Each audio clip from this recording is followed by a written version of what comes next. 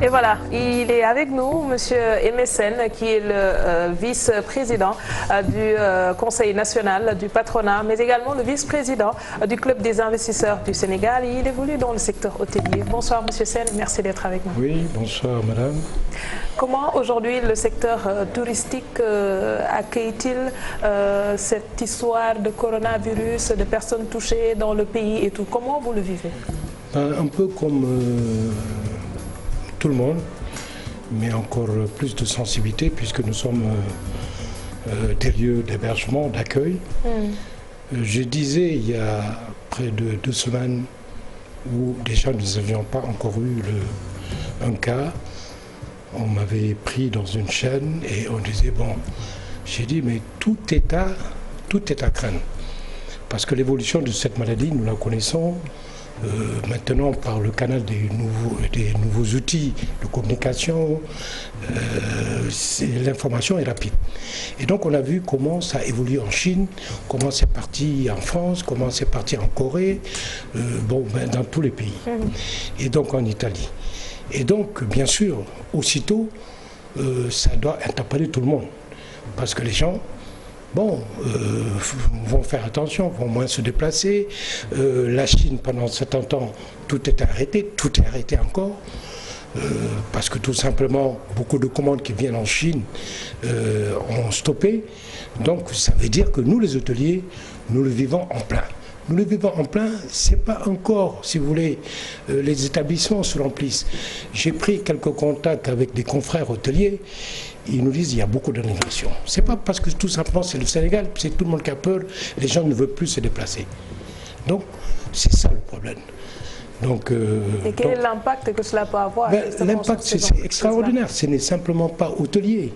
Regardez tout ce trafic qui était entre la Chine et le Sénégal. La Chine, maintenant, elle fait partie, comme je le disais, tout le monde fabrique là-bas. Je me souviens, il y a peut-être 10-15 ans, que je m'étais rendu dans un grand hôtel, dans une chaîne d'hôtels en France, et tout le matériel venait de la Chine. La Chine, maintenant, c'est plus du tout. On part avec un cahier de charge bien déterminé. Et on vous fabrique ce que... Maintenant, si vous allez pour prendre... Donc, ça veut dire que beaucoup de gens fabriquent en Chine parce que tout simplement, c'est moins cher. Je me souviens, il y a eu des voyagistes qui avaient des sacs, vous voyez les sacs de voyage, puisque c'est des gens qui transportent des touristes. Et, comment dire, ces voyagistes faisaient fabriquer les sacs, des milliers de sacs, des sacs où c'était marqué leur nom de compagnie en Chine. Donc ça veut dire qu'actuellement, tout le monde va être impacté. Et donc le Sénégal ne sera pas au reste. Maintenant, le tout, c'est de prévoir, comme est en train de le faire le gouvernement. Nous sommes pas... Est-ce que le gouvernement ne l'a pas fait trop tard, sur le volet communication bien sûr? Est-ce qu'il ne fallait pas prendre le taureau par les cornes en commençant déjà, dès que le coronavirus a explosé en Chine, en prenant les choses en main, en communiquant, en parlant aux gens de l'extérieur? À mon avis, franchement, c'est vrai peut-être pour le commun et pour la population, mais nous, vous savez maintenant, tout est en heure et comment dire, tout est connu pratiquement à un instant T. Et donc, les outils de communication nous montraient ce qui s'est passé. Oui. Et en tout cas, moi, en tant qu'hôtelier, comme opérateur, loueur de voitures et tout ça, je savais que ça allait nous impacter. Donc, maintenant... Mais vous également, vous n'avez rien fait? Qu'est-ce que vous avez fait? Vous avez attendu venir? Oui, mais on est en train, d'ailleurs, demain, il y a le ministère du Tourisme qui nous a convoqués pour voir certaines mesures. Qu'est-ce qu'on pouvait faire? Sinon, dès que nous avons... il faut voir, dans beaucoup d'hôtels, maintenant, il y a tout un système de précaution, de gel, tout un système de... nous avons donné des consignes à nos collaborateurs, que ce soit la réception, la cuisine, l'accueil, tout ce que vous voulez, tout ce qui évolue, tous nos collaborateurs qui sont dans les hôtels, nous les avons donné des consignes. Donc, qu'est-ce qu'on aurait pu faire? Qu'est-ce qu'on aurait pu faire? Bon, je pense que c'est un problème global. À mon avis, il n'y a pas simplement le gouvernement à prendre seulement des décisions, c'est tout le monde. C'est tout le monde et à tous les niveaux. peut-être je peux vous l'accorder en disant le gouvernement, mais je ne pense pas, parce que ça n'aurait rien changé. Oui, quand le gouvernement a entendu qu'il y a eu beaucoup que beaucoup de touristes quand même ont dit non, qu'ils ne veulent plus venir parce que le Sénégal est atteint par le Covid-19, et que demain que le ministre du Tourisme va rencontrer le ministre de la Santé pour voir les stratégies à mettre en place, est-ce qu'on ne se dit pas que c'est trop tard? Mais, ce qui est fait est fait. Si nous parlons de gens, de principaux pourvoyeurs de tourisme, de touristes au Sénégal, vous voyez, ce pays-là est le plus infecté que nous. Que ces gens-là disent qu'ils ne viennent plus chez eux, il y en a. Donc je pense que ce n'est pas là vraiment le problème. C'est que maintenant les gens ne veulent plus bouger. Les gens ne veulent plus bouger, vont de moins en moins bouger. Parce que tout simplement, chacun... Mais je ne pense pas que... Si les gens ne bougent pas, il faudra à votre niveau vous réajuster, revoir les choses. Comment vous allez vous y prendre? C'est là la question. Hein. Comment nous y prendre? De toute façon, il y a forcément, je ne suis pas un oiseau de mauvais augure, il y aura forcément une période de récession. Quoi qu'on dise, rien à faire. Et vous avez vu, même des pays beaucoup plus organisés que nous, la Chine, qui est une Chine populaire, qui est une Chine de travailleurs et tout ça, regardez ce qui se passe là-bas, les gens ne travaillent plus. Parce que je pense que, c'est vrai, il faut qu'on parle d'économie, mais il faut qu'on parle de protection et de santé d'abord. Je dis, il faut peut-être gérer ce qui est à gérer, mais en ce moment, ce n'est pas d'économie, c'est vrai, mais c'est d'abord... Des questions de santé. De santé. Du temps d'Ebola, qu'est-ce que vous aviez fait? Mais du temps d'Ebola, on a pris les précautions d'usage et finalement, le premier cas a été bien géré. Et je pense que ces cas qui sont là en ce moment, c'est des cas qui sont venus de l'extérieur, les premiers cas. Qu'est-ce qu'on peut y faire? Et heureusement que ce n'est pas le contraire. Mais c'est des cas, si c'était des cas qui sont nés ici ou qui sont venus de pays africains limitrophes, on aurait pu dire. Mais c'est des cas qui viennent. Et cette maladie, on peut vous contrôler. On peut vous contrôler au départ et que la maladie se développe, comme on le sait, 14 jours après. Donc c'est assez difficile. Donc je pense que le problème, ce n'est pas de donner la responsabilité, de porter la responsabilité à des gens. C'est nous tous, chacun de nous. C'est vrai, vous m'avez dit, vous voyez, très gentiment, bon, j'étais speed et je suis venu pour vous dire bonjour et en vous tendant la main, ce que je m'applique depuis hier ou avant-hier. Et vous voyez, donc, vous-même, vous prenez la précaution. Donc, chacun de nous doit prendre la précaution. Et le gouvernement va suivre. Ce n'est pas que je ne veux pas tirer sur qui que ce soit, mais je pense que tout le monde... Mais déjà qu'on a entendu que le virus est venu de la France, d'Italie, des pays quand même qui avaient l'habitude de venir chez nous, de se déplacer et de venir chez nous. On a vu ce qui s'est passé hier à Kafountine. Quand un avion s'est posé, tout de suite, les populations autochtones ont fui. Parce que en amont, ils n'ont pas été sensibilisés sur ce qui s'est passé. Ils ne sont pas venus, ils ne sont pas porteurs là, du virus tout de suite. Je vous le concède, on aurait pu parler aux populations, mais peut-être que c'est la première fois que ces choses arrivent. Quand il s'agissait d'Ebola, c'était nos cousins africains, nos frères africains, mais ce cas qui se pose, jamais, par exemple, des Occidentaux, des pays comme ceux que vous venez de citer, n'étaient porteurs de maladies. C'était toujours le contraire. Oui. Donc c'est normal que... c'est sûr que chaque fois qu'il y a une expérience, chaque fois on peut trouver une solution. Mais je pense qu'en ce moment, c'est tout le monde qui doit se mettre. Je disais, l'économie, je sais que, bon, j'évolue dans le tourisme réellement. Je suis hôtelier, je suis loueur de voiture, je suis agence de voyage, je suis transporteur touristique. Donc je sais l'impact. Tout dernièrement, actuellement, il y a par exemple un grand tournoi de la NBA qui a été annulé. Bon, la Ligue africaine de basket. N'est-ce pas?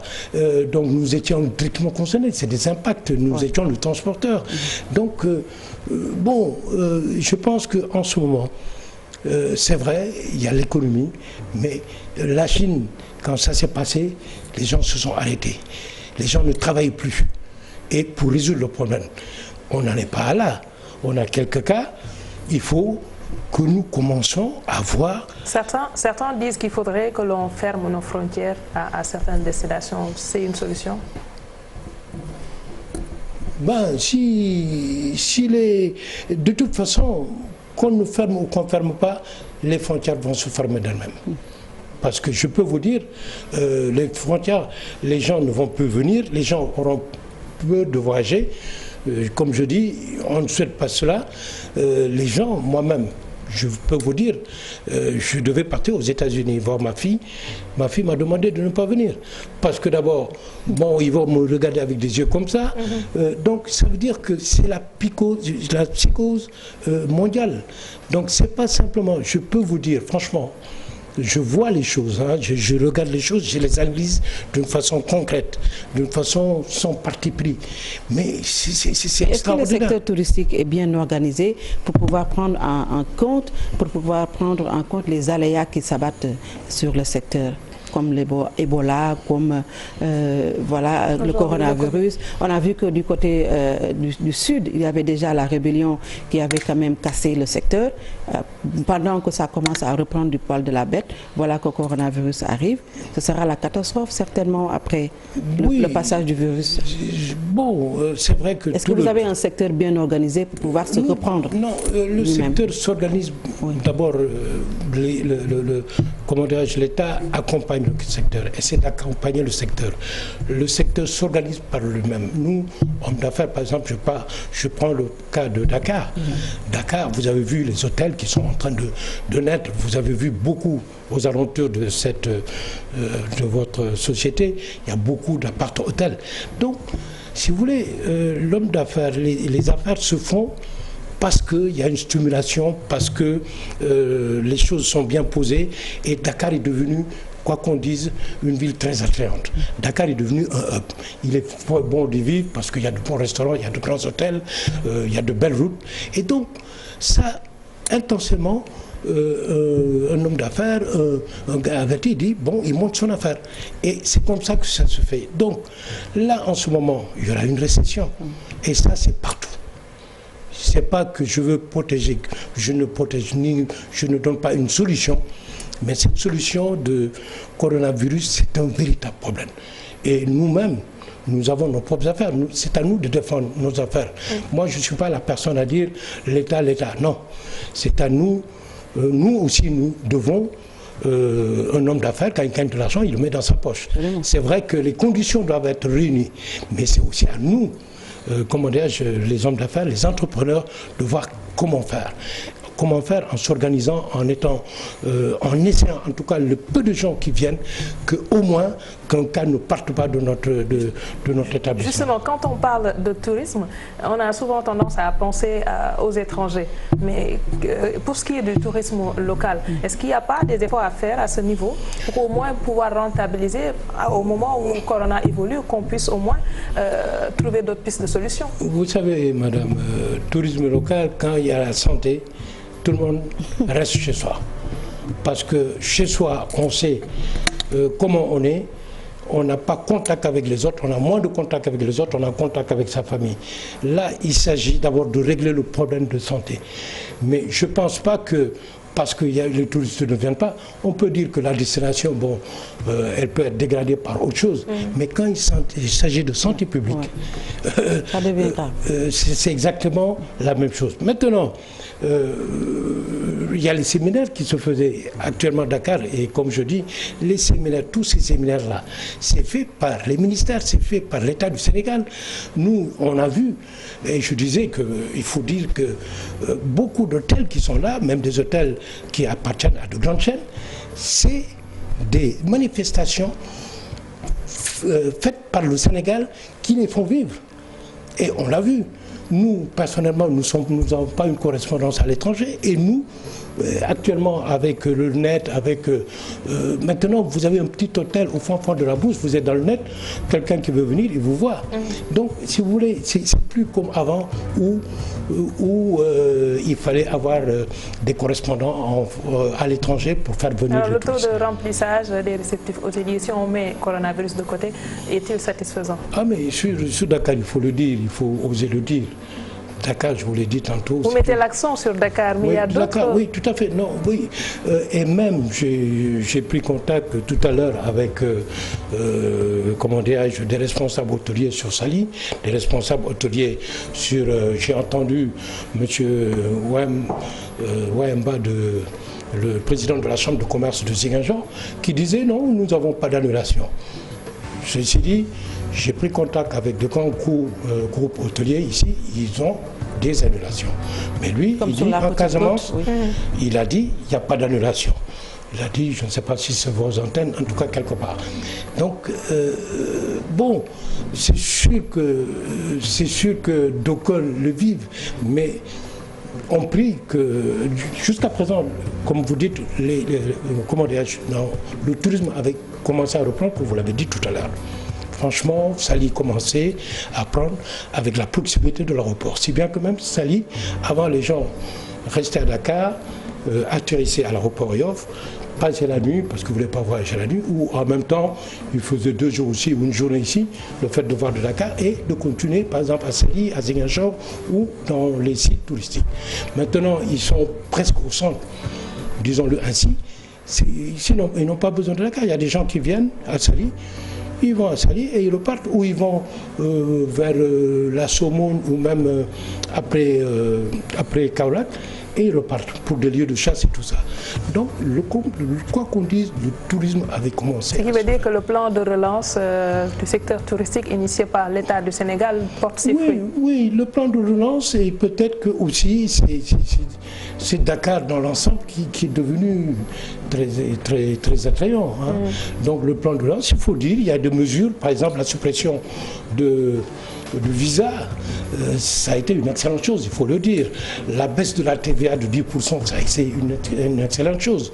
Donc vraiment, il y avait une relance. Il faut être optimiste. Je pense que ce que je dis, c'est que j'ai l'habitude de dire aux gens, moi je suis quelqu'un d'optimiste, et si vous freinez, vous dites oui, rien ne va, rien ne marchera pas. Oui, justement, vous l'avez dit tantôt que juste après coronavirus, il faut s'attendre à une récession dans le secteur. Est-ce que vous allez attendre que l'État réagisse pour quand même pour que le secteur ne connaisse pas une catastrophe, ou vous avez déjà commencé, vous les promoteurs, à vous réunir d'urgence pour voir quelles sont les solutions à mettre à place? Déjà, il y a une réunion demain. Ce serait bien que l'État réagisse. Vous avez vu, dans certains pays, donc il y a une enveloppe qui a été dégagée. Et c'est bien pour soutenir, comment dirais-je, les opérateurs dans le tourisme et même dans d'autres choses qui sont impactées. Parce qu'il n'y a pas simplement le tourisme qui sera impacté. Il y a par exemple, malheureusement, tous ces gens qui faisaient le commerce entre Dakar et comment dirais-je, le Sénégal et la Chine. Donc il y a tous ces gens-là. Donc l'État doit réagir. Je ne sais pas comment, en donnant des subventions, en poussant, parce que vraiment, ça, c'est certain, dans beaucoup de pays, ça va freiner l'activité. Et ça, ce serait la bienvenue que l'État... Mais est-ce que ce sera possible dans un contexte où l'on parle de tension budgétaire ou de déficit budgétaire? Est-ce que les choses ne vont pas quand même se terminer en catastrophe? Je pense qu'il faudra... Ce serait dommage, parce que le secteur touristique était en train, vous l'avez dit tantôt, Dakar. Vous le voyez, Dakar, c'est vrai que je parle beaucoup de Dakar, puisque je connais plus Dakar. Chacun, là où il évolue, il connaît mieux. Les hôtels se construisent à Dakar. Il y a beaucoup de manifestations. Donc, il faut toutes ces manifestations qui amenaient même les Africains, les Africains, parce que Dakar est attrayant. On le voit, quand il y a un séminaire qui est organisé à Dakar, il n'y a pas de manquant.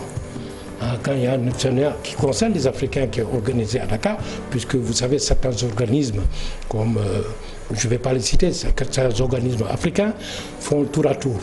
Mais il semblerait que de temps en temps, quand c'est organisé dans des pays, mais Dakar, tout le monde vient. Donc ça veut dire que Dakar est devenu une ville attrayante où il y a de beaux restaurants, il y a de beaux hôtels, il y a la logistique et tout ce qui s'ensuit. Et il faudrait que l'État le comprenne et continue comment dirais-je, contenu. Vous avez vu ceux qui sont arrivés ici, il faut le dire. Tout dernièrement les Américains qui sont venus, qui sont là.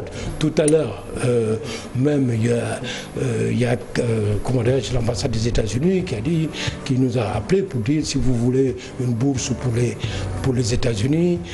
Voilà. Donc tout ça, ça veut dire que Dakar est devenu alternatif. Pourquoi? Peut-être il y a le pétrole, peut-être il y a le gaz. Bon, donc il faut qu'on soit optimiste, mais surtout revenons pour cette maladie.